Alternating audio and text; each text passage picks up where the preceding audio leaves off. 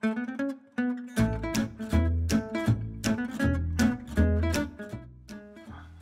guys.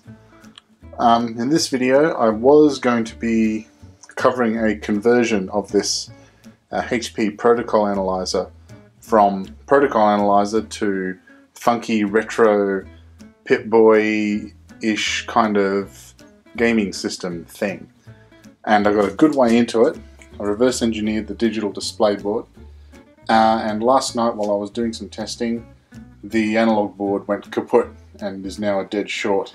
I've tried a lot of the components individually and I'm pretty convinced that it's the flyback has arced over. So yeah, pretty much going to turf this all away except for the power supply, which gives us 5 volts, 12 volts, -5 and -12. So I'll still cover it, but it'll be in another video now.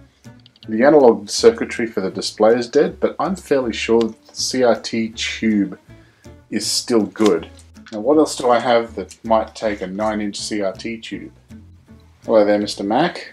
Are you ready to get a green CRT display? I bet you are.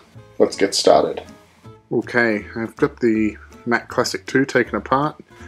I've flipped the analog board off to the side, and I'm just comparing the new CRT and the old one side by side, and they certainly do look like the same dimensions.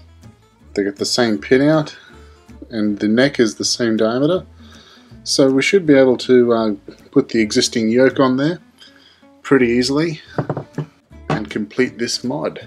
Okay, unfortunately, while the tube itself is the right size, the mounting points are in ever so slightly the wrong place. So might need to get a bit creative. There we go.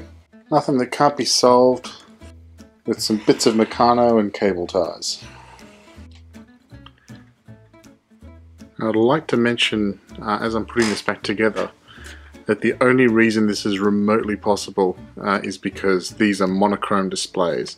I'm replacing the original white monochrome tube with a green monochrome tube.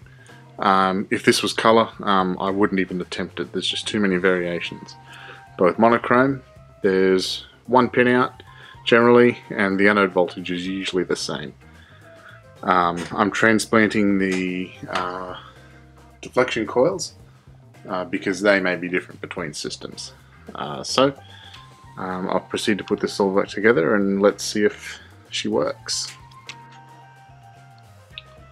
Right, so as you can see, there is a picture, but it's very dim, so we might just need to tweak some of the pots on the back just a wee bit, but I think we're in business. Oh, and the picture's slanted too, because I didn't put the coils on quite square, so 2 things to fix up.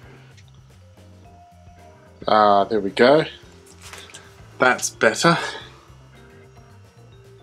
So now I have potentially the world's only green screen Mac Classic. Still have to fix the alignment of the screen there, but there you go.